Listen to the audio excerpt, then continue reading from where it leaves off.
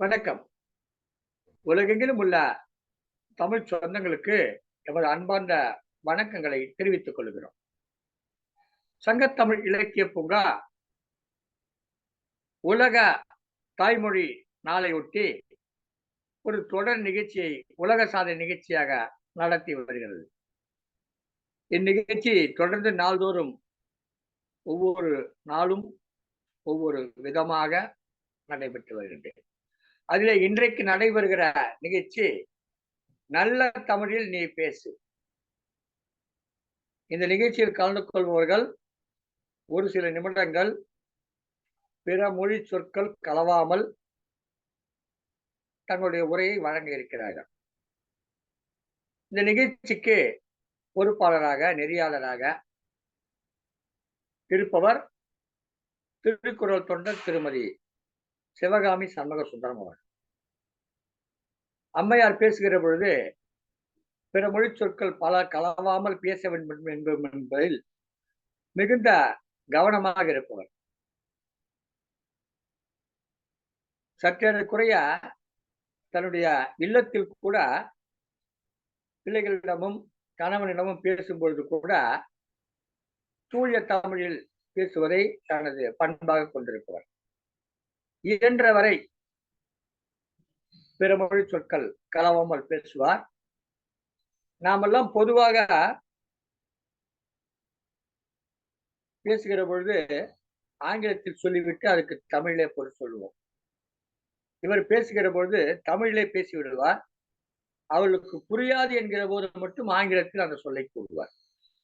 இப்படிப்பட்ட ஒரு தன்மை உள்ளவர் திருக்குறள் தொண்டர் திருமதி சிவகாமி சண்முக சுந்தரம் அவர்கள்.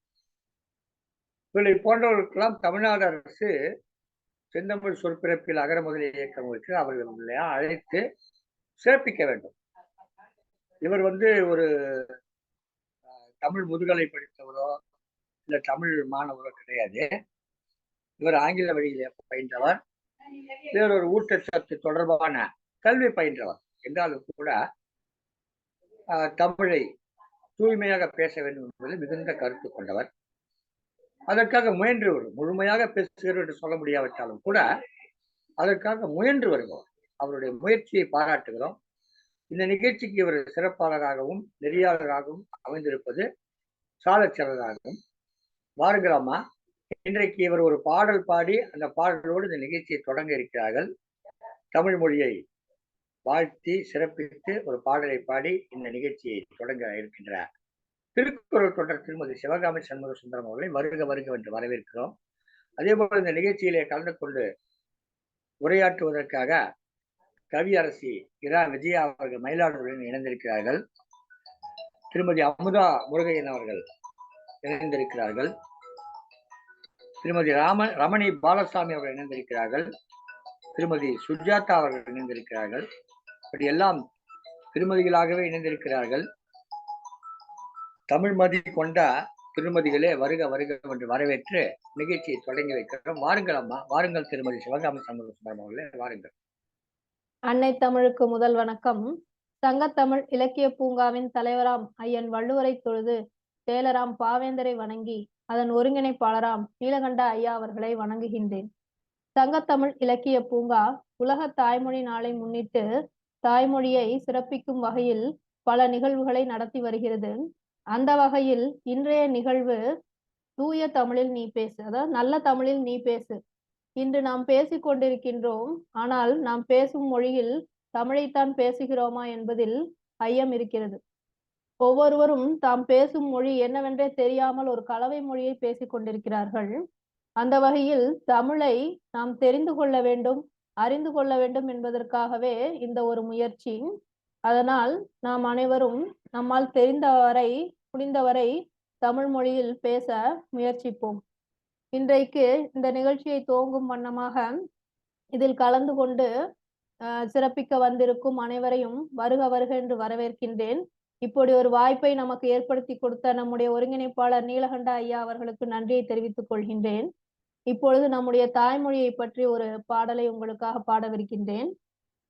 தாய்மொழியை குறைவாக நினைக்காதே, உன் தமிழ் மொழி போல் வேறு இனிக்காதே. தாய்மொழியை குறைவாக நினைக்காதே. உன் தமிழ் மொழி போல் வேறு இனிக்காதே. தூய தமிழ் கலைகளினை மறக்காதே. அதன் தொன்மையினை அறிந்து வியக்காதே. தூய தமிழ் கலைகளினை மறக்காதே.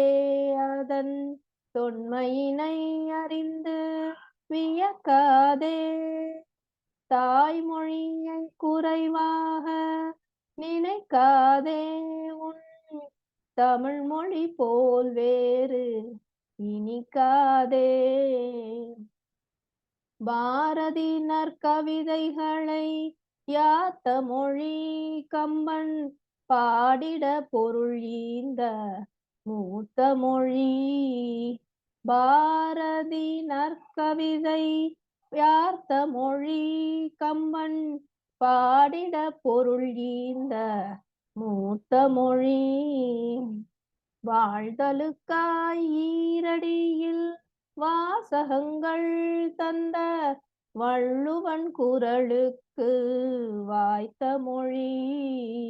வாய்தலுக்காய் ஈரடியில் வாசகங்கள் தந்த வள்ளுவன் குரலுக்கு வாய்த்த மொழி.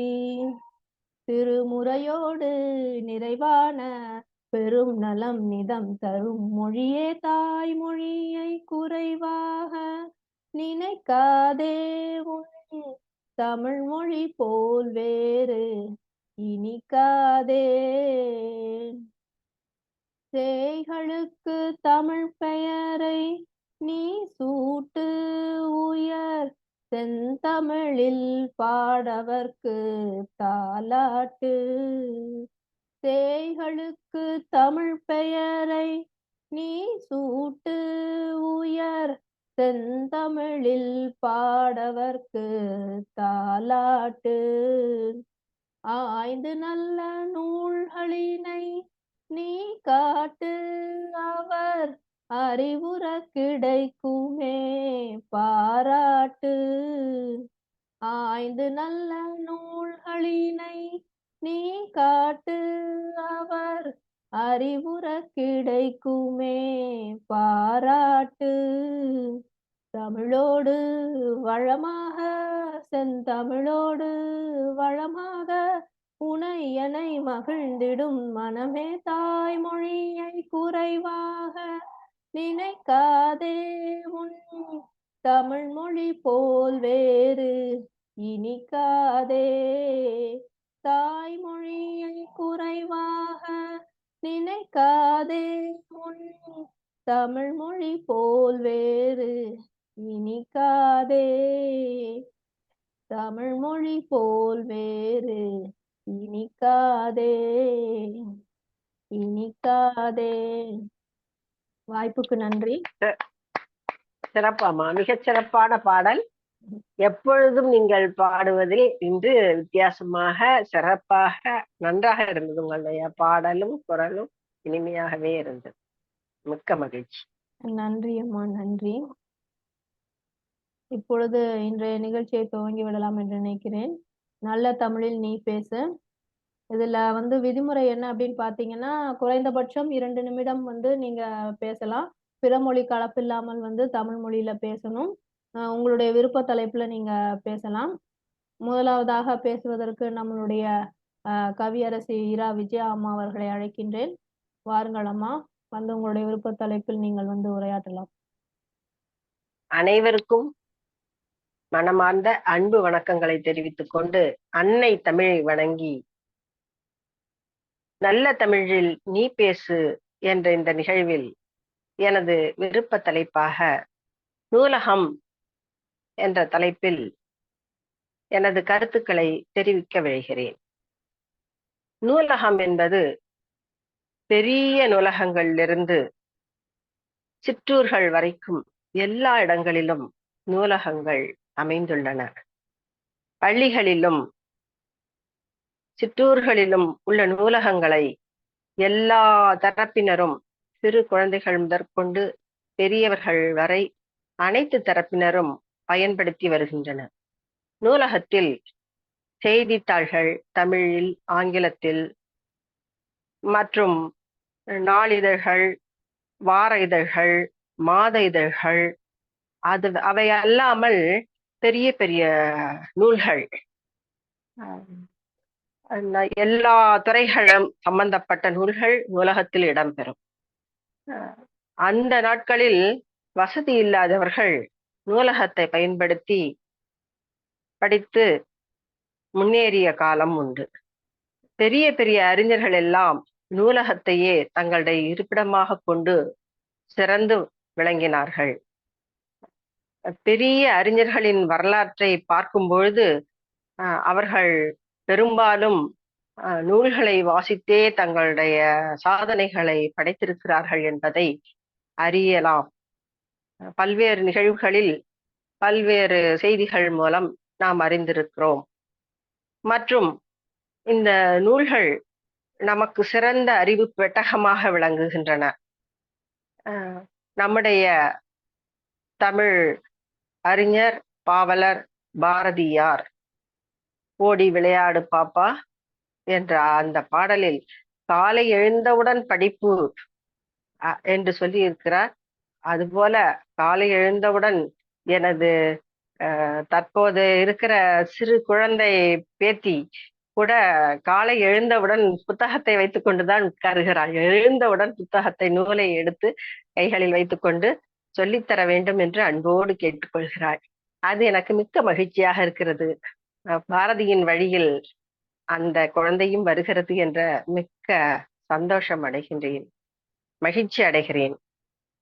மேலும் இந்த நூலகங்கள் பல்வேறு இடங்களிலும் வியாபித்திருந்தாலும் தற்போதைய சூழ்நிலையில் நாம் அலைபேசியில் எல்லா செய்திகளையும் அறிந்து வருவதால் பெரும்பாலான மக்கள் இதை பயன்படுத்துவதை தவிர்த்து வருகின்றனர். அது சற்று மனதிற்கு வருத்தம் தரக்கூடிய ஒரு செயல்பாடு என்றே சொல்ல வேண்டும். அலைபேசியை விட நாம் நூலகம் சென்று படிக்கும் போது அல்லது வீட்டில் உள்ள நூல்களை வாசிக்கும் போது நமக்கு மிகுந்த அறிவு கிடைக்கிறது என்பதை விட மனதுக்கும் இதமான ஒரு அமைதி கிடைக்கும். நூல்களில் பல்வேறு வகையான நூல்கள் இருக்கின்றன. சிறுகதை நூல்கள், கவிதை நூல்கள் மற்றும் நாவல்கள், பல்வேறு தரப்பிலும் நூல்கள் இருப்பதால் அவற்றையெல்லாம் படித்து நம்முடைய அறிவை விரிவு செய்யலாம். சிறுகதைகளை படிக்கும் போது நமக்கு தேவையான செய்திகள் சில நல்ல கதைகளில் கிடைக்கின்றன.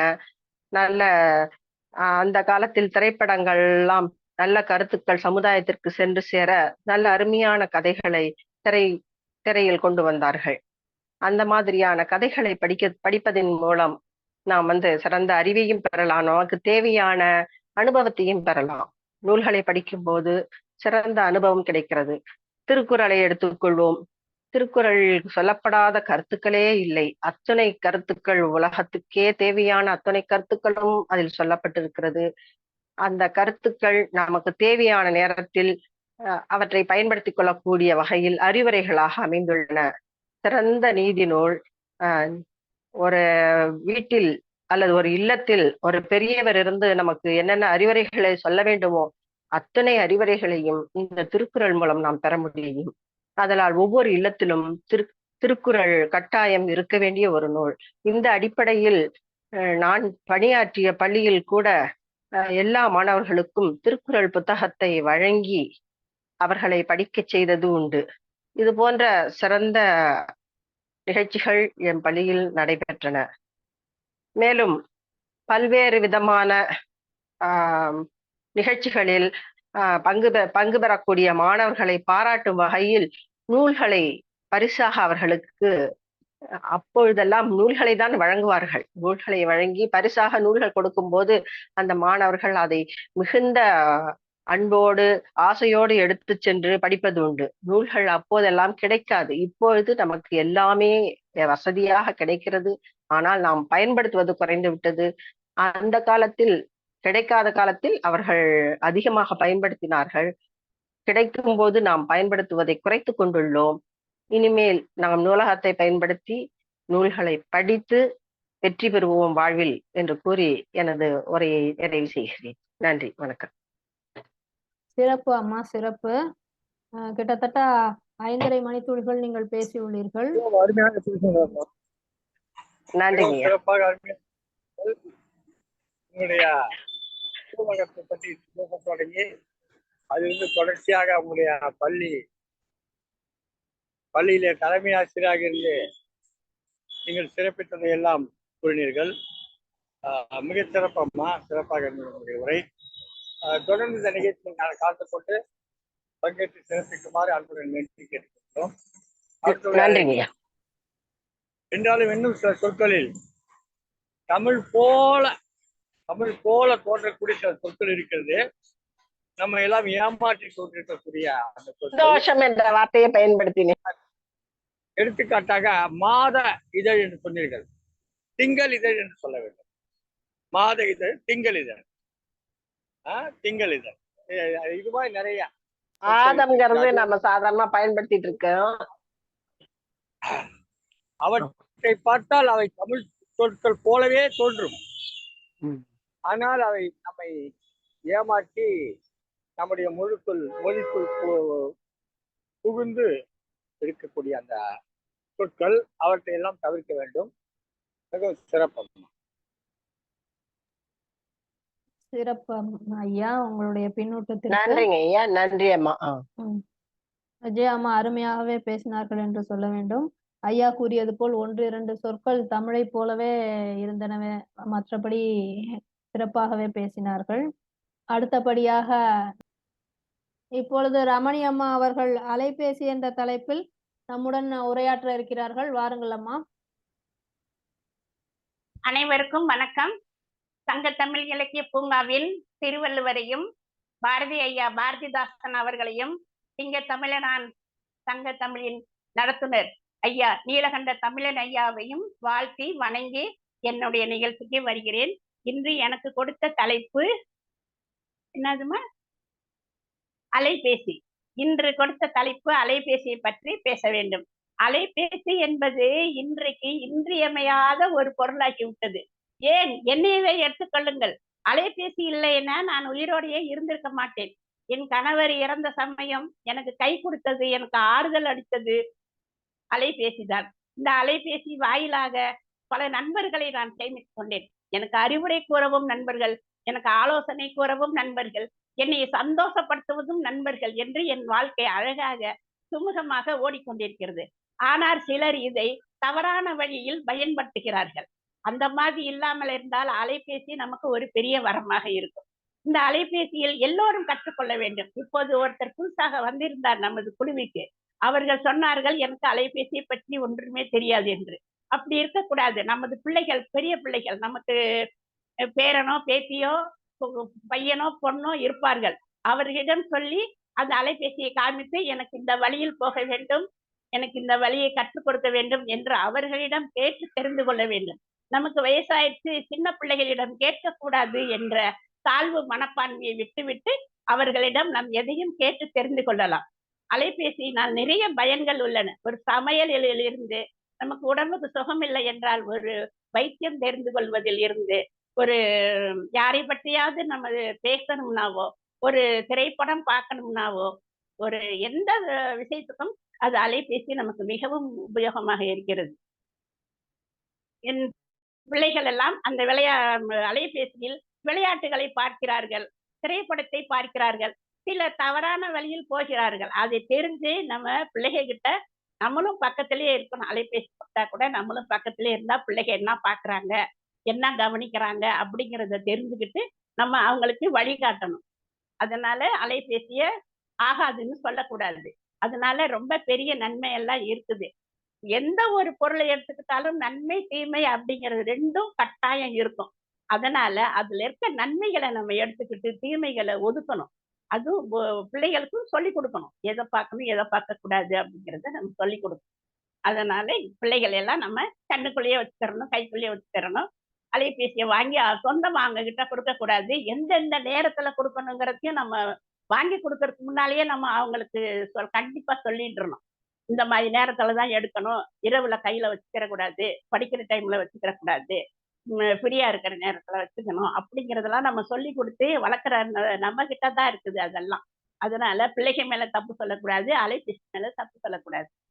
ஆயிடுச்சாமா டைம்? ஆயிடுச்சுங்கம்மா. மூன்று மணித்துளிகள் முடிந்து விட்டது. சிறப்பு.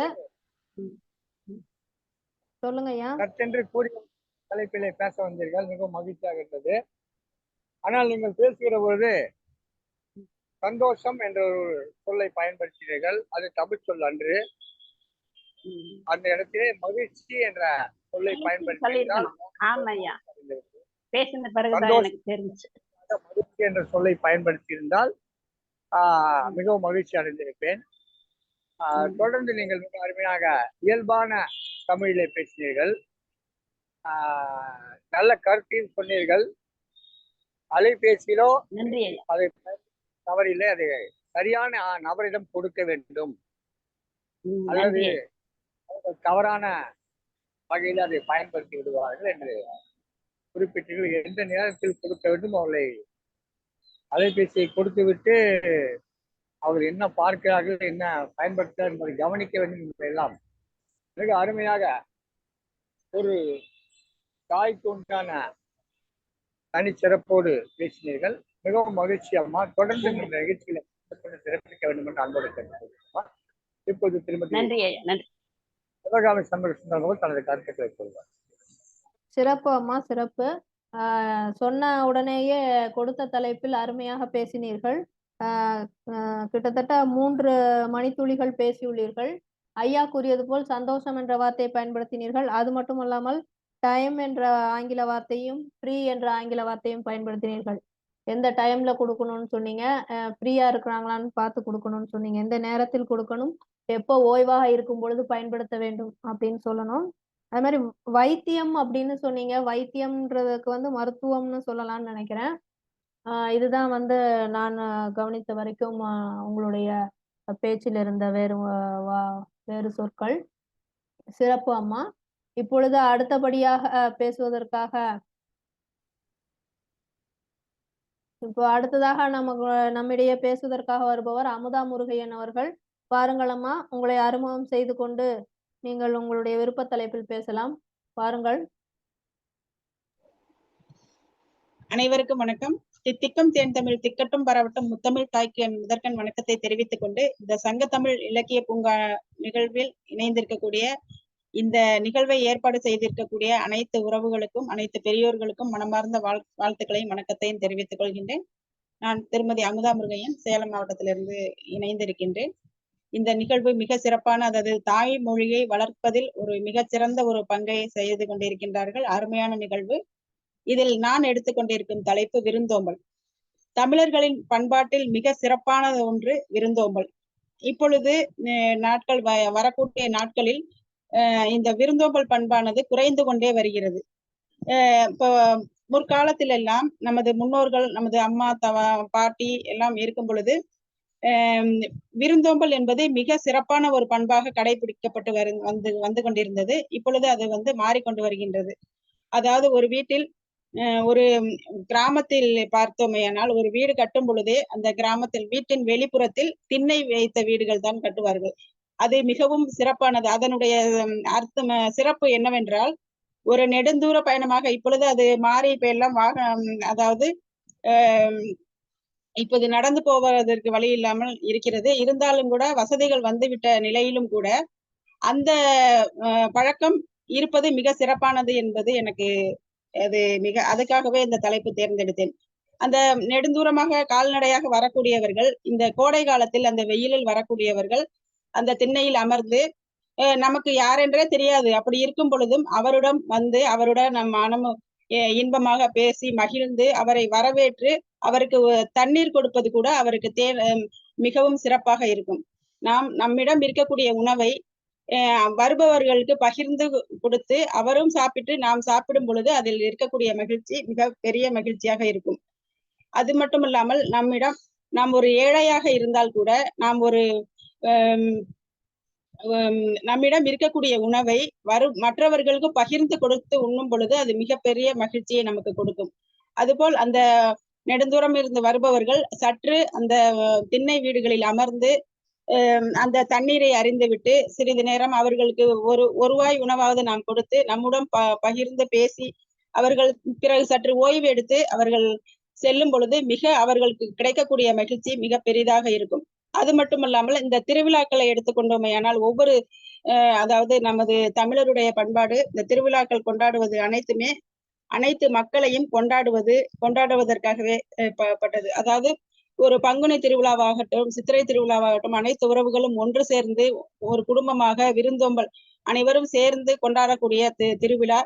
நாம் எப்பொழுதுமே ஒவ்வொருவரும் தனித்தனியாக இருக்கும் பொழுது இந்த திருவிழாக்களிலாவது அனைத்து உறவுகளும் ஒன்றிணைந்து ஒன்றாக சேர்ந்து சாப்பிடும் பொழுது அந்த விருந்தோம்பல் பண்பு மிக சிறப்பாக இருக்கிறது. அது மட்டும் இல்லாமல் தன்னிடம் இருக்கக்கூடிய சிறிய பொருளாக இருந்தாலும் கூட, சிறிய தொகையாக இருந்தாலும் அதை வைத்துக்கொண்டு நமக்கு முன்ன பின்ன அந்த அன்னதானம் செய்வார்கள். அந்த திருவிழா வந்து விட்டாலே அன்னதானம் வைக்கும் பொழுது அது தண்ணீர் பந்தலாக எடுத்துக்கொண்டால் கூட தவறு. இந்த கோடை காலத்தில் தண்ணீர் கொடுப்பது, அதுவும் பறவைகளுக்கும் மனிதர்களுக்கும் அனைவருக்குமே பாகுபாடு பார்க்காமல் அந்த தண்ணீர் கொடுப்பது மிக சிறந்த ஒரு பண்பு. அந்த தண்ணீர் கொடுப்பதும், அடுத்தது அந்த பார்த்தீர்கள் என்றால் அந்த மோர் கொடுப்பார்கள். இப்படி அவர்களுக்கு நம்மால் முடிந்த அளவிற்கு அவர்களுக்கு இந்த அன்னதானத்தை வழங்கும் பொழுது அவர்கள் மிக சிறப்பாக மகிழ்ச்சி அடைவார்கள். அவர்கள் மகிழ்ச்சி அடையும் பொழுது அது நமக்கும், நாம் சாப்பிட்டோமா சாப்பிடவில்லையோ அவர்கள் மகிழ்ச்சி அடைவதை பார்த்து நாமும் மகிழ்வோம். இப்பொழுது அந்த விருந்தோம்பல் பண்பெல்லாம் குறைந்து கொண்டு வருகிறது. அதுபோல் நம்முடைய வீட்டிற்கு வரக்கூடிய விருந்தினர்களை நாம் மலர்ச்சியோட வரவேற்க வேண்டும். அப்பொழுதுதான் அவர்களும் மகிழ்ச்சியாக இருப்பார்கள். நம்முடைய திருவள்ளுவர் அவர்களும் கூட விருந்தோம்பல் என்ற அதிகாரமே ஒரு 10 குறள்களை கொடுத்திருக்கிறார்கள். மோப்ப குழையும் அனிச்சம் முகம் திரிந்து நோக்க குழையும் விருந்து. அதாவது அனிச்ச மலர், அந்த அனிச்ச மலர் நம்ம மோந்து பார்த்தோம்னாவே அது வாடி விடுமா. அது போல வரக்கூடிய விருந்தினர்களை நம்ம சற்று முகம் வாடி கூப்பிட்டோம்னா அவங்க என்ன செய்வாங்க, வர்றவங்களும் அவங்க என்னடா அது இப்ப வரும்பொழுதே இப்படி முகத்தை வச்சிருக்காங்களே அப்படின்ட்டு அவங்களும் ரொம்ப சோர்வடைஞ்சிருவாங்க. அதற்கு பதிலாக நம்மளுடைய தமிழருடைய பண்பாடு என்ன அப்படின்னா, நம்ம முக மலர்ச்சியோட அவங்களை வரவேற்கணும். வரவேற்று வந்த உடனே அவங்களுக்கு குடிக்க தண்ணி கொடுத்து, நம்மள்ட்ட இருக்கக்கூடிய உணவுகள், அதுவும் அந்த முற்காலத்துல எல்லாம் என்ன பண்ணுவாங்கன்னா, வரக்கூடிய விருந்தினர்களை உபசரிக்கிறதுக்காக அவங்க வீட்டுல அவங்க ஏழ்மையா இருந்தா கூட சுற்றி இருக்கக்கூடிய நம்முடைய அவங்க அதாவது அந்த தோட்டத்தில் இருக்கக்கூடிய இலைகள் காய்களை பறிச்சு கூட அதை சமைச்சு அவங்களுக்கு விருந்து படைச்சு அவங்கள அமுதமா சாப்பிடுவாங்களாம் அவங்க.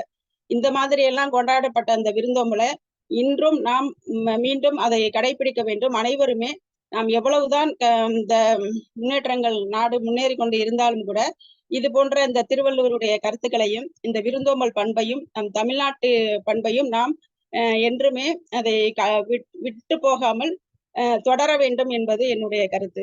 அது மிகப்பெரிய ஒரு இது. அதே போல் நானும் இன்றும் அதை கடைபிடித்து வருகிறேன். எனது அம்மாவும் சரி, இப்பொழுதும் நானும் சரி, இந்த கோடை காலத்தில் அந்த பறவைகளுக்கு உணவு கொடுப்பது மிக சிறப்பான ஒரு பண்பு. தினமும் நான் எங்கள் வீட்டு மொட்டை மாடியில் சாப்பாடு வைத்து, அதாவது அதற்கு தண்ணீர் வைத்து வருகின்றோம். அது பார்த்தீர்கள் என்றால் காக்கை, குருவி, அணில், இப்படி பல்வேறு பறவைகள் அதை சாப்பிடும் பொழுது நம்ம பார்க்கும் பொழுது அவ்வளவு மகிழ்ச்சியாக இருக்கிறது. ஒவ்வொருவருமே இந்த கோடை காலத்தில் நம்மால் உணவு அல்லது அதற்கு அந்த தண்ணீர் வைத்தாலே அவ்வளவு ஒரு சிறப்பானது. இதனை அனைவருமே நம்மால் முடிந்த அளவு செய்ய வேண்டும் என்பது என்னுடைய தாழ்மையான கருத்து. இந்த ஒரு அழகான இந்த விருந்தோம்பல் தலைப்பை பேசுவதற்கு எனக்கு வாய்ப்பளித்த இந்த சங்கத்தமிழ் இலக்கிய பூங்கா நிகழ்ச்சியின் சார்பாக மனமார்ந்த வாழ்த்துக்களையும் நன்றியும் தெரிவித்துக் கொள்கின்றேன். சிறப்பு அம்மா, சிறப்பு. கிட்டத்தட்ட 6 மணித்துளிகள் பேசியிருக்கின்றீர்கள் உங்களுடைய விருப்ப தலைப்பில் விருந்தோம்பல் என்று. எனக்கு தெரிந்த அர்த்தம் என்று ஒரு வார்த்தையை பயன்படுத்தினீர்கள், ஒரு சொல்லை பயன்படுத்தினீர்கள், பொருள் என்று சொல்லியிருக்க வேண்டும். மற்றபடி நீங்கள் தமிழிலே பேசினீர்கள். மிகவும் சிறப்பு அம்மா. ஐயா, உங்களுடைய கருத்துக்களை தெரிவிக்கின்றீர்களா? நீலகண்டையா. சரி, அடுத்தவருக்கு போகலாம். அடுத்ததாக சுஜாதா அம்மா வாங்க. திருமதி சுஜாதா அவர்கள் நம்முடைய நிகழ்ச்சிக்கு புதிதாக இணைந்துள்ளார்கள். அவர்கள் நல்ல தமிழில் நீ பேசு என்று சிறப்பாக பேச வந்திருக்கிறார்கள். வாருங்கள் அம்மா, உங்களுடைய விருப்ப தலைப்பில் பேசுங்கள். அனைவருக்கும் வணக்கம். சங்கத்தமிழ் இலக்கிய பூங்கா அந்த நிகழ்வுக்குள்ளே தமிழிலே பேசுவதற்கு வாய்ப்பளித்த திரு நீலகண்டன் ஐயா அவர்களுக்கும் சிவகாமி அம்மா அவர்களுக்கும் இந்த நிகழ்ச்சியை நடத்தி கொண்டிருப்பவர் அவர்களுக்கும் எனது மனமார்ந்த நன்றியினை முதற்கண் தெரிவித்துக் கொள்கிறேன்.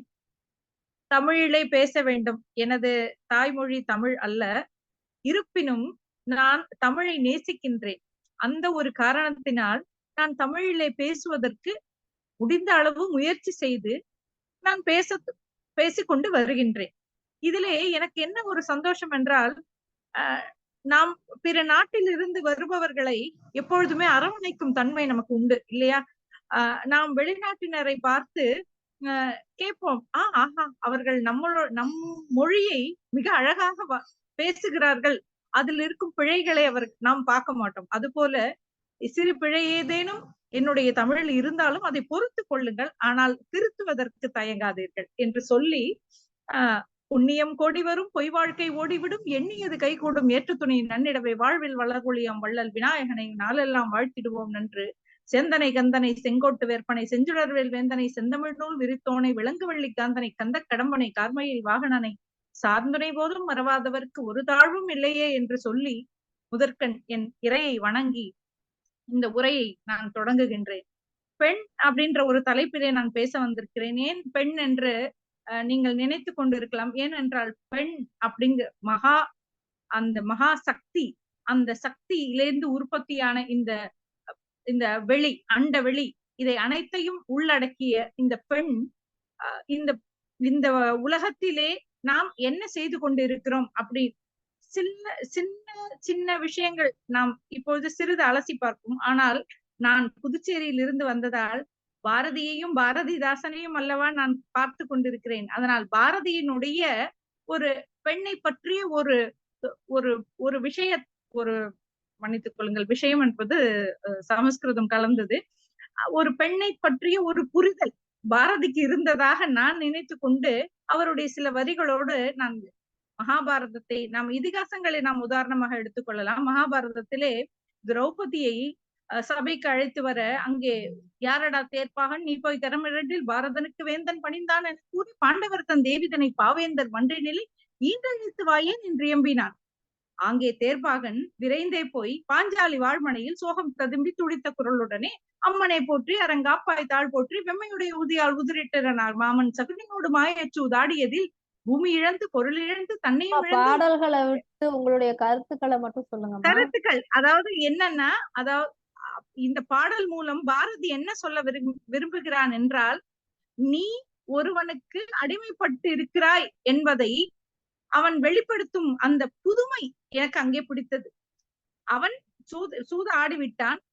தன்னை முன்னே கூறி இழந்தானா அல்லது தன்னை முன்னம் இழந்து பிறகு உன்னை வைத்து தோற்றானா என்று இச்செய்தி தெரிந்துவா அப்படின்னு சொல்றார் பாரதியார்.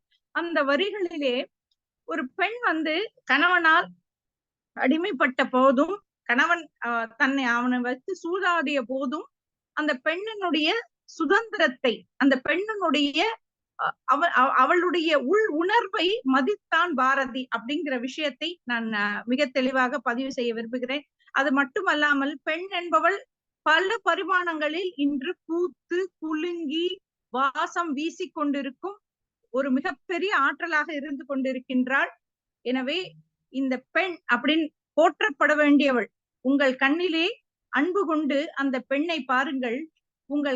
அந்த பெண்ணின் வடிவம் உங்களுக்கு அவரவர்கள் கண்ணுக்கு எப்படியும் அப்படியே புலப்படும். வாழ்க பாரதம், வாழ்க மக்கள், வளர்க நாடு. வணக்கம். சிறப்பு அம்மா, சிறப்பு. தமிழ் உங்களுடைய தாய்மொழி இல்லை என்று சொன்னீர்கள். இருந்தாலும் அருமையாகவே தமிழில் பேசினீர்கள். இடையிடையே பாடல்களை எடுத்து காட்டியதனால் பல சமஸ்கிருத சொற்களும் வந்தது. இருந்தாலும் சிறப்பு. உங்களுடைய முயற்சிக்கு பாராட்டுக்கள். தொடர்ந்து கலந்து கொள்ளுங்கள் அம்மா. அடுத்தபடியாக புதுவையிலிருந்து இணைந்திருக்கும் புவனா அம்மா அவர்களை அழைக்கின்றேன். புவனா அம்மா வாங்க. நீங்க என்ன தலைப்புல பேச போறீங்க? உங்களை பத்தி சொல்லிட்டு உங்களுடைய தலைப்பை சொல்லிட்டு தொடங்கலாம். வணக்கம் அம்மா. வணக்கம். என்னுடைய பேர் புவனா, புதுவையை சேர்ந்தவர். நான் விவசாயத்தை பற்றி பேசலாம் என்று இருக்கிறேன். பேசுங்களேன். நமக்கு வந்து இப்ப விவசாயம் தான் நமக்கு உணவு கொடுப்பது.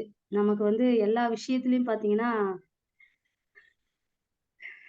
உ உணவை கொடுப்பது விவசாயம் மட்டும்தான். நம்ம வந்து தொழில் தொழில் சொல்லி அ எல்லா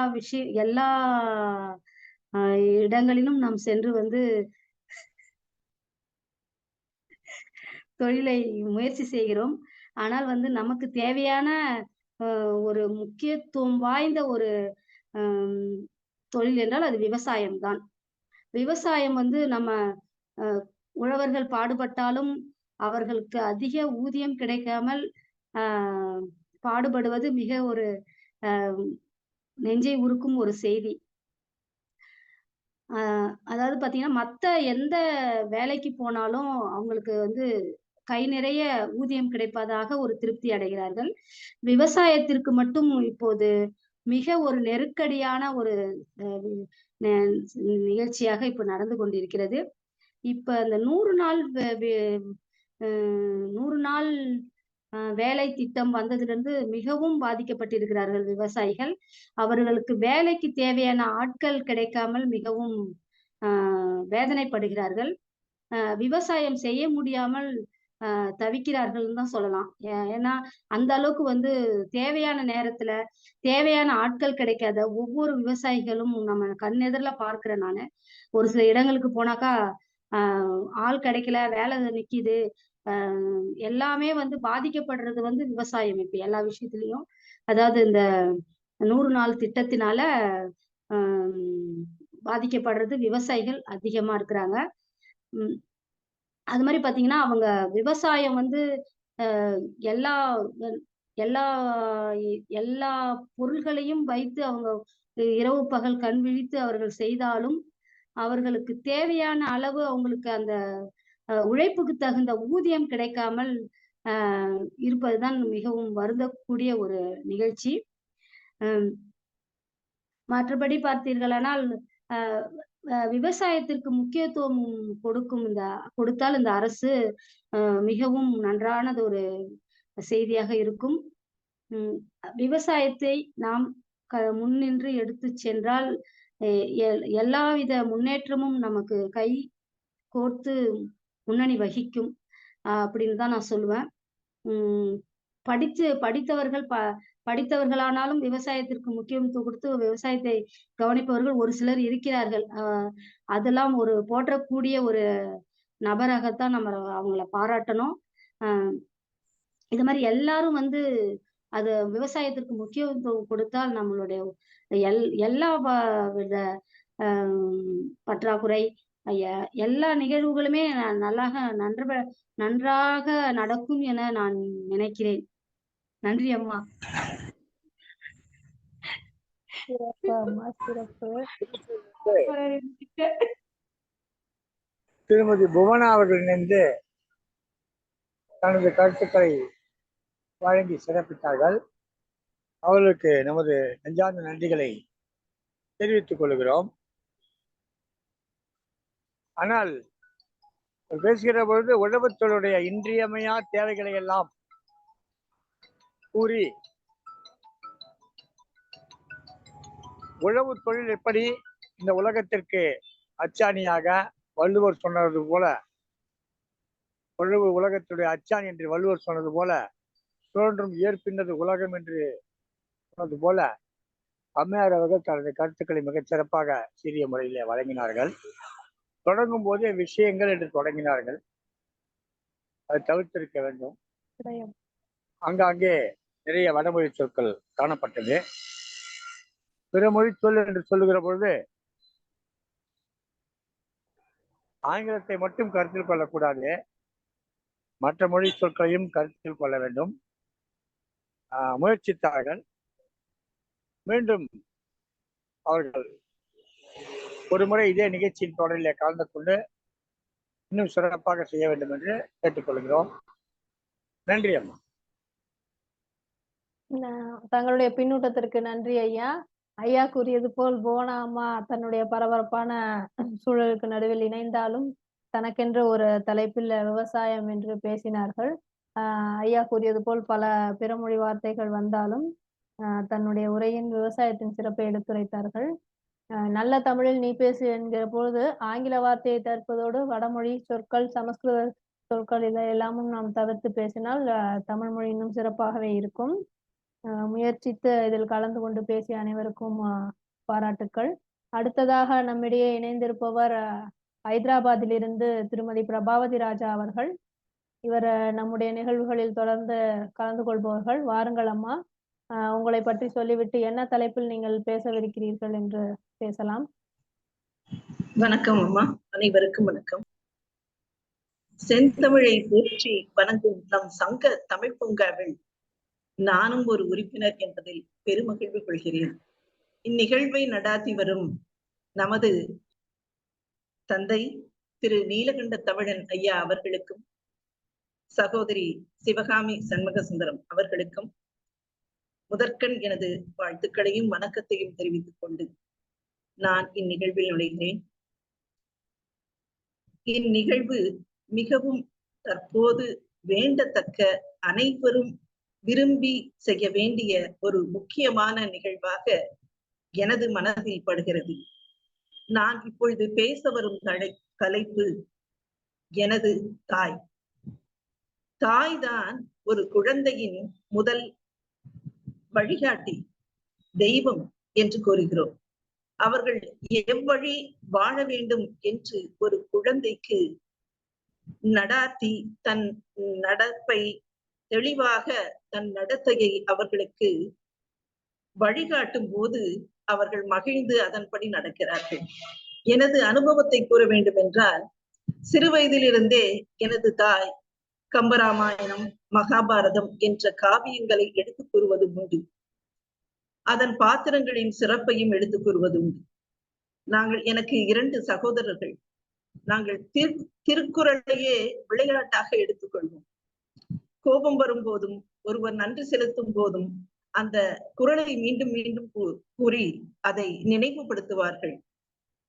அது எப்படி என்றால், கோபம் வந்து எனது பெரிய அண்ணன் ஏதாவது கூறினால் சிறிய என் சகோதரர் கூறுவார், இளைய சகோதரர், இனிய உளவாக இன்னாது கூறல் கனி இருக்க காய் கவர்ந்தற்று என்று கூறுவார்.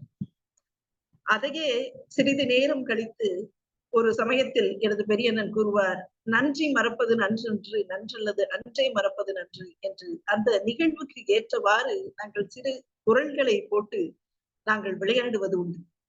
அது இன்றும் நினைவுக்கு வருகிறது.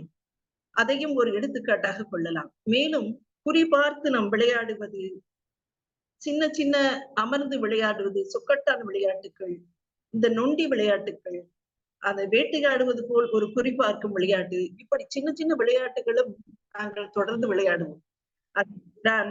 பக்கத்து வீட்டு நண்பர்களை அழைத்து நாங்கள் விளையாடுவது உண்டு. விளையாடி முடித்ததும் ஒரு பரிசும் உண்டு, அதற்காக ஒரு சிறு இனிப்பும் வழங்கும். இப்படி பலவேறு நம்முடைய கலாச்சாரம், பண்பாடு, நாட்டியம், ஓவியம் அனைத்தையும் நாங்கள் கலந்து விளையாடுவோம். அதற்காக திங்கள் ஒரு விளையாட்டு, செவ்வாய் ஒரு விளையாட்டு என்று கிழமைகளையும் நாங்கள் ஒதுக்கிக் கொள்வோம். ஞாயிற்றுக்கிழமை வரும்போது உலக செய்திகளை நாங்கள் வாசிப்பது உண்டு. அந்த செய்திகளின்படி ஒரு சிறு ஒரு காகிதத்தில் எடுத்துக்கொண்டு அதை நாங்கள் தலைப்பு செய்திகளை வைத்து அந்த சமயத்தில் என்னென்ன செய்திகள் அந்த சிறுவர்களுக்கு வேண்டுமோ அதற்கான செய்திகளை எங்கள் தாயார் எங்களுக்கு தொகுத்து தருவார்கள். நாங்கள் அதை வாசிப்போம். அதில் நகைச்சுவையும் இருக்கும், கோபமும் இருக்கும், அதில் ஆய்வு செய்யும் தலைப்பும் இருக்கும், அனைத்தும் இருக்கும். அப்படி அனைத்தையுமே சிறு வானொலி நிலையம் நடத்தியதை போல நாங்கள் விளையாடி இருக்கிறோம். அது இப்போது என் கண்முன் வந்தது. அப்படியே இன்று இருக்கும் தாய்மார்களும் ஒரு சிறு நேரத்தை, குறுகிய நேரத்தை குழந்தைகளுக்காக திட்டமிடுவதற்காக, அவர்களது பழக்கங்களை ஒழுங்குபடுத்துவதற்காக ஒதுக்கி தங்களுடைய வாழ்விலும் தங்களுடைய குழந்தைகளின் எதிர்காலத்திலும் சிறப்பான சமயங்களை உருவாக்க வேண்டும் என்று வேண்டிக் கொள்கிறேன். அதன்படி நடந்தால் அதற்கும் நான் வாழ்த்துக்கள் தெரிவித்துக் கொள்கிறேன். இந்த நிலையில் நமது சங்கத்தமிழ் பூங்காவின் தொண்டு மிக மிக பெரியது, அளப்பரியது. அனைவருக்கும் நாம் பங்கு கொள்ளும் வாய்ப்பு கொடுத்து நம்மளை சிந்திப்பவர்களை மேலும் சிந்திக்க தூண்டி அவர்களது சிந்தனையை உரத்த சிந்தனையாக மாற்றி உலகத்திற்கு கொண்டு வருவதில் மிக்க மகிழ்வு அடைகிறேன். நன்றி. வாய்ப்பளித்தமைக்க நன்றி.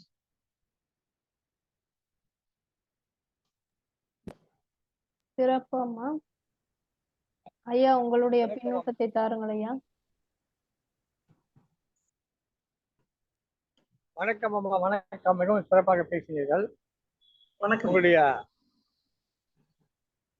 என்னுடைய தாய் என்ற தலைப்பிலே தொடங்கி உங்கள் குடும்பத்தை பற்றியெல்லாம், உங்கள் இல்லத்தில் இருந்தவர்களை பற்றியெல்லாம், உங்களுடைய உடன்பிறப்புகளை பற்றியெல்லாம், நீங்கள் திறமைகளை எப்படி வகுத்து கொண்டு விளையாடினீர்கள், அதிலே ஞாயிறுதோறும் உலக செய்திகளை பகிர்ந்து கொண்டவரெல்லாம் நீங்கள் குறிப்பிட்டீர்கள். மிகவும் சிறப்பாக இருந்தது. என்றாலும் சகோதரன் சகோதரி போன்ற சொற்களை தவிர்த்திருக்கலாம். நீங்கள் தமிழ்நாட்டில் வசிப்பவர் என்று, நீங்கள் வேறு மாநிலத்தில் வசிப்பவர், அங்கே உங்களுக்கு தமிழ் பேசுவதற்கே வாய்ப்பு சற்று குறைவாக இருக்கும். என்றாலும் நீங்கள் மிகச் சிறப்பாக பேசினீர்கள். உங்களை பாராட்டுகிறோம் அம்மா. தொடர்ந்து இந்த நிகழ்ச்சியை கலந்து கொண்டு சிறப்பிக்க வேண்டும் என்று கேட்டுக்கொள்கிறேன். ஒவ்வொரு நிகழ்ச்சியிலும் போதும் நம்முடைய பேசும் திறன், தமிழை தூய்மையாக பேசும் திறன் வளர்ந்து கொண்டே செல்ல வேண்டும். இதுதான் நம்முடைய நோக்கம். இந்த நிகழ்ச்சி தொடர்ந்து நடைபெறும், வாரந்தோறும் நடத்த வேண்டும் என்பது இந்த நிகழ்ச்சியை பார்க்கிற போது எனக்கு தோன்றுகிறது. இன்னும் பலரையும் இந்த நிகழ்ச்சிக்குள் கொண்டு வர வேண்டும். ஒவ்வொருவரையும் ஒரு வாரத்துக்கு 2 நிமிடம் தூய தமிழை பேச வைக்க வேண்டும். இது தாய்மொழி நாளை ஒட்டி இந்த நிகழ்ச்சி சிறப்பு நிகழ்ச்சியாக தொடங்கினாலும் கூட இது இத்தோடு விட்டு விடுகிற நிகழ்ச்சி அன்று என்கிற கருத்து எனக்கு தோன்றுகிறது. என்னுடைய கருத்தை முன்வைக்கிறேன். இதை தொடர்ந்து எடுத்து செல்ல வேண்டிய பொறுப்பு திருமதி சிவகாமி சண்முக சுந்தரத்தை சாரும், இங்கே இணைந்திருக்கக்கூடிய அனைத்து அன்புள்ளங்களையும் சாரும். உங்களை எல்லாம் தமிழிலே தூய தமிழிலே பேச முயற்சிக்கிற உங்கள் அனைவரையும் பாராட்டுகிறோம். உண்மையிலே நீங்கள் பேசுவதையெல்லாம் பார்க்கிற போது எனக்கு மகிழ்ச்சியாக இருக்கிறது. சற்றேறக்குறைய 40 ஆண்டுகளுக்கு முன்பு நான் தனித்தமிழில் பேசிக் கொண்டிருந்தேன். பிறகு என்னுடைய தொழில் சூழல் காரணமாக அது என்னிடமிருந்து விலகிவிட்டது. ஆனால் இன்றைக்கு உங்களை பார்க்கிற போது எனக்கு மெத்த மகிழ்ச்சி அளிக்கிறது. அந்த வகையிலே இன்றைய நிகழ்ச்சியில் கலந்து கொண்டு பேசிய அனைத்து அன்புள்ளங்களையும் நான் மனமாற வாழ்த்துகிறேன். உங்களுடைய பேச்சை கேட்கிற போது மகிழ்ச்சி அடைகிறேன். இத்தகைய சிறப்பான நிகழ்ச்சி ஒன்றை ஏற்பாடு செய்த சிவகாமி சுந்தரம் சண்முக சுந்தரம் அவர்களை பாராட்டி மகிழ்கிறேன். நன்றி, வணக்கம். நன்றிங்க ஐயா, நன்றி உங்களுடைய பின்னூட்டத்திற்கு. நீங்கள் சொன்னது போல இப்படி ஒரு நிகழ்வை சொன்ன உடனே இதில் பங்கு பெறுவதற்காக முன்வந்த பங்கேற்பாளர்கள் அனைவரையுமே கண்டிப்பாக பாராட்ட வேண்டும். பிரபாவதி அம்மா, ஐயா சொன்னது போல அருமையாகவே பேசினீர்கள். உங்களுடைய பேச்சு கேட்பதற்கு மிகவும் சுவாரஸ்யமாக இருந்தது. என்னுடைய தாய் என்று உங்களுடைய சிறு வயது வாழ்க்கையை பற்றி அருமையாக சொன்னீர்கள். ஓரிரு சொற்களை நீங்கள் தெரியாமல் பயன்படுத்தி இருக்கலாம், பிறமொழி சொற்களை. அடுத்தடுத்து பேசும் பொழுது நாம் அதை சரியாக பேசிக்கொள்ளலாம். ஐயா சொன்னது போல இது போல் தொடர்ந்து இதில் பங்கு பெற்று அனைவருமே தூய தமிழ் சிறப்பாக பேசுவோம் என்று கேட்டுக்கொள்கின்றேன். அடுத்தபடியாக நம்முடன் இணைந்திருப்பவர் திருமதி கீதா தயாளன் அவர்கள். வாருங்கள் அம்மா. கீதா தயாளன், இப்பொழுது நம்மிடையே இணைந்திருப்பவர் திருமதி கீதா தயாளன் அவர்கள். வாருங்கள் அம்மா, வந்து உங்களுடைய விருப்ப தலைப்பில் உரையாற்றுங்கள். கீதாமா. சங்கத்தமிழ் இலக்கிய பூங்கா தலைவராம் வள்ளுவரை தொழுது, செயலராம் பாரதிதாசனை வணங்கி, ஒருங்கிணைப்பாளர் திரு நீலகண்டன் ஐயாவை வணங்கி, சண்முக சுந்தரம் அம்மா அவர்களை வணங்கி என்னுடைய உரையை ஆரம்பிக்கிறேன். அதாவது இப்பொழுது எங்க பார்த்தாலும் நம்ம தமிழ் தமிழ் தமிழ் பேசுறோம். அதாவது நிறைய பேருக்கு அந்த எதுக்காக இந்த தமிழுக்கு நம்ம இவ்வளவு முக்கியத்துவம் தரோங்கிறதே நிறைய பேருக்கு தெரியறது இல்லை. ஏன்னா எல்லாரும் என்ன, ஆனா இது ஒரு செம்மொழி அப்படின்னு நம்ம சொல்லும் போது எல்லாருக்கும் பெருமையா இருக்கு. ஏன்னா தொன்று தொட்டு எத்தனையோ காலங்களுக்கு முன்னால வந்த இது ஒரு மூத்த மொழி. இதுலதான் நம்ம என்னெல்லாம் இருக்குன்னு நம்ம பார்க்க போனோம்னா நிறைய அந்த எதுகை மோனை இந்த லகர சிறப்பு வேற எந்த ஒரு இதுலயுமே இல்லை. அதாவது இந்த நயக்ரா அங்கெல்லாம் எழுதி வச்சிருக்கிற அந்த இதுல வந்துட்டு நம்மளோட தமிழ் மொழியும் அதுல வந்து சிறப்பா இருக்கு. ஏன்னா இத வந்து செம்மொழியா மட்டும் இல்லாம இது உலக மொழியா அறிவிக்கணுங்கிறது தான் எல்லாத்தோட ஆர்வம். ஆனா ஒவ்வொரு தமிழறிஞர்கள் இந்த கோவையில இருக்கிறவங்களை எல்லாம் பார்க்கும்போது எனக்கு ரொம்ப ஆச்சரியமா இருக்கு. என்ன என்ன ஆச்சரியம்னா அவங்க வந்து இந்த குழந்தைகளுக்கு பெயர் சூட்டுவதிலிருந்து அந்த தமிழ் வரணுங்கிற ஒரு முக்கிய ஒரு நோக்கத்துல இருக்காங்க. இப்ப நாங்க வந்து ஒவ்வொரு எல்லா கடைகளுக்கெல்லாம் சென்று அந்த கடையில ஏன் தமிழ்ல எழுதல, ஆங்கிலத்துல எழுதக்கூடாது, தமிழ்ல தான் எழுதணும் அப்படிங்கிற மாதிரி எல்லாம் வந்துட்டு எல்லா பக்கமும் போய் பேசிட்டு இருக்கோம். இந்த உலக தாய்மொழி நாள்ல ஒரு ஊர்வலம் ஒண்ணு நடத்த போறோம். அந்த மாதிரி எல்லாம் வந்து நிறைய விஷயங்கள் பார்த்தா ரொம்ப வயதானவர்கள் பார்த்தா அவங்களுக்கெல்லாம் அந்த அந்த அளவுக்கு அவங்க தமிழ் மேல அவ்வளோ ஒரு ஈடுபாடா ஆர்வமா இப்படி செய்யணும் அப்படி செய்யணும்ட்டு எல்லாம் அவங்க சொல்லும்போது அதுல நம்மளுக்கே வந்துட்டு அந்த தமிழ் மேல நம்மளுக்கே ஒரு ஆர்வம் வர மாதிரி இருக்கு. அப்படி நம்ம என்னன்னா ஒவ்வொரு தடவையும் அவங்க பேசும்போதே தமிழ்ல பேசுங்க தமிழ்ல பேசுங்கன்ட்டு ஒரு குழந்தைங்களை எல்லாம் வந்து ஊக்குவிச்சுட்டு இருக்காங்க. கூப்பிட்டு அந்த குழந்தைங்க தமிழ்ல பேசினாலே அதை ஒரு ஆதரிச்சு அவங்களுக்கு அதுல ஒரு பரிசு இதெல்லாம் கொடுத்து அப்ப என்னன்னா அந்த மாதிரி எல்லாத்தோட ஆர்வத்துலதான் இந்த தமிழ் வந்து வளருது. அந்த தமிழுக்காக எல்லாரும் பாடுபடுற மாதிரிதான் நம்மளும் அந்த தமிழை வந்து நல்ல மேன்மையா கொண்டு வரணுங்கிறதுல முழு கவனம் செலுத்தி நம்மளும் நடந்துட்டு இருக்கோம். இப்ப இந்த இதுல எல்லாம் கூட இந்த வழக்காடு மன்றத்துல எல்லாம் கூட அந்த தமிழ்ல தான் அந்த எழுத்தெல்லாம் கொண்டு வரணும், அந்த இதெல்லாம் கொண்டு வரணுங்கிற மாதிரி எல்லாம் நம்ம பேசிட்டு இருக்கோம். எந்த இடத்துலனாலும் நம்ம வந்து அந்த தமிழை வலியுறுத்தி சொல்றது. அதாவது இதுவே வந்து ஒரு பெரிய விஷயம் என்னன்னா கடல் தாண்டி கூட தமிழ் வந்து வளர்ந்துட்டு இருக்குங்கிறத நினைக்கும் போது நம்ம வந்து மறுக்க முடியாத ஒண்ணு என்னன்னா அந்த தமிழுக்காக பாடுபடுறவங்க எத்தனையோ பேர் இருக்காங்க. இந்த இத்தனை பேருக்காகவானும் நம்ம வந்து அந்த தமிழை வந்து சிறப்பா எல்லாத்துக்கிட்டையும் போய் சேர்த்தணுங்கிறதுக்காக நம்ம முயற்சி எடுத்துறோம். மாதம் மாதம் ஒவ்வொரு ஞாயிற்றுக்கிழமையும் ஒவ்வொரு விழாக்கள்லயும் நாங்க போய் இந்த தமிழை பத்தி பேசிட்டு இருக்கோம். ஏன்னா அந்த அளவுக்கு அந்த தமிழ் வந்து அவ்வளோ சிறப்பானது, அவ்வளோ தொன்மையானது, அவ்வளோ அதாவது இந்த சிலப்பதிகாரம், மணிமேகலை இதெல்லாம் வந்துட்டு இதுலதான் இருக்கு. அதை தவிர இந்த தேவாரம், அந்த கடவுள் பற்றி அதாவது எந்த ஒரு பக்தி இலக்கியமாகட்டும், மற்றபடி இலக்கண இலக்கியமாகட்டும், அந்த தொல்காப்பியத்துல இருந்து ஆரம்பிச்சு நம்ம எதை பத்தி சொல்லணும்னா கூட அந்த தமிழ் வந்து அவ்வளோ ஒரு சிறப்பான மொழியா சிறப்பா நம்மளை எடுத்துட்டு போகுது. நம்ம அந்த அது வந்து ரொம்ப ரொம்ப சந்தோஷம். இப்பவுமே இந்த 2வது 3வது குழந்தைங்களை எல்லாம் கூப்பிட்டு தமிழ்ல பேச வச்சு அது அவங்க எப்படி பேசுறாங்கன்னு பார்த்து அதுக்கும் நாங்க வந்து சான்றிதழ் எல்லாம் கொடுத்து இந்த வசந்த வாசல் கவி மன்றம்னு ஒண்ணு நடக்குது. அதுல இந்த குழந்தைங்களை எல்லாம் கூட்டிட்டு வருவாங்க ஆசிரியர்கள். அப்ப அதை வந்து அவ்வளோ நல்ல சிறப்பா அந்த குழந்தைங்க பண்றாங்க. இத மேலும் மேலும் ஊக்குவிச்சு இதுக்கு ஒரு பெரிய ஒரு நன்றி வந்து நம்ம நீலகண்டன் தமிழன் ஐயாக்கு தான் தரணும். ஏன்னா அவர்தான் வந்து அதுல வந்து இன்னும் சிறப்பா செயல்பட நம்மளை எல்லாம் ஊக்குவிச்சுட்டு இருக்கார்.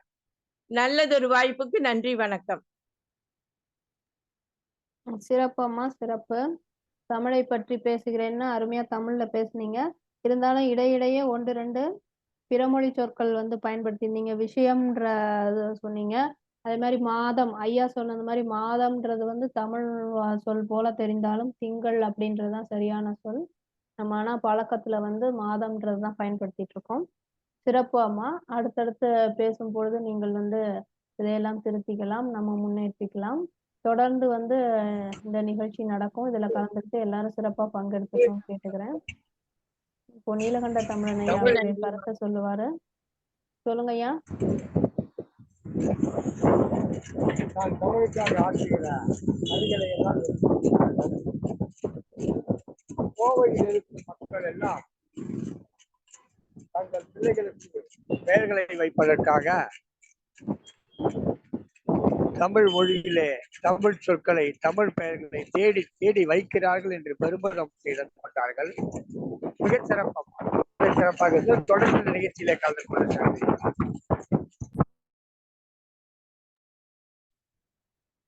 ஐயா,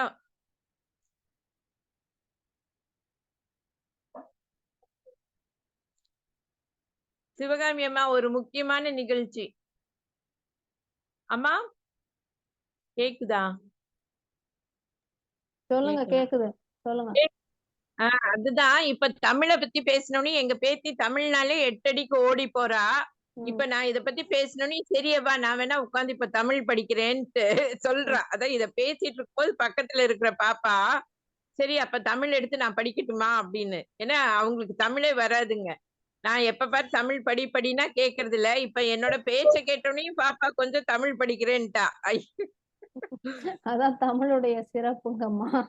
நீங்க உங்களுடைய பேச்ச கேட்டு உங்க பேத்தி படிக்கிறான்னா அதை விட சிறப்பு வேற எதுவும் இல்ல. இதுதான் தமிழ் மொழியுடைய எளிமையும் இனிமையும் தான் வந்து அதனுடைய சிறப்பே. குழந்தைகள் முதல் பெரியவர்கள் வரை எல்லாருமே வந்து கத்துக்கணும், பேசணும், அந்த தமிழோட வாழணும் அப்படின்னு நினைக்கிற ஒரு மொழியை தான் வந்து தமிழ் மொழி. தமிழ் மொழிக்கு எண்ணற்ற சிறப்புகள் இருக்கு. அதனுடைய வளமை குன்றாமல் அதை வந்து பாதுகாக்க வேண்டியதும் அதை வந்து அடுத்த தலைமுறைக்கு சரியாக கடத்த வேண்டியதும் நம்மளுடைய தலையாய கடமையாகும். அந்த வகையிலே இன்றைக்கு நல்ல தமிழில் நீ பேசு என்ற இந்த நிகழ்ச்சியில் உலக தாய்மொழி தினத்தை முட்டி சிறப்பு நிகழ்வாக இன்று தொடங்கி இருக்கிறது. இது தொடர் நிகழ்வாக தொடர்ந்து நடந்து கொண்டிருக்கும். இதுபோல் அனைவரும் இணைந்து சிறப்பாக தமிழில் பேச வேண்டும் என்று சங்கத்தமிழ் இலக்கிய பூங்காவின் சார்பில் கேட்டுக்கொள்கின்றேன். இந்த நிகழ்வில் இணைந்த அனைவருக்கும் சங்கத்தமிழ் இலக்கிய பூங்காவின் சார்பில் பாராட்டுக்களை தெரிவித்துக் கொள்கின்றேன். மீண்டும் இது போல வேறு ஒரு நிகழ்வில் உங்களை சந்திக்கின்றேன். இந்த நிகழ்வு நம்முடைய சங்கத்தமிழ் வலையொலியில் ஒளிபரப்பாகும். அதை கண்டு அனைவரும் உங்களுக்கு தெரிந்தவர்களுக்கு பகிருங்கள். உங்களுடைய கருத்துக்களை கருத்து பெட்டகத்தில் பதிவிடுங்கள். மற்றவர்கள் பேசியதில் வேறேனும் பிறமொழி சொற்கள் இருந்தாலும் அதை குறிப்பிட்டு நீங்கள் கருத்து பெட்டகத்தில் பதிவிடலாம். அனைவருக்கும் மீண்டும் என்னுடைய நன்றிகள்.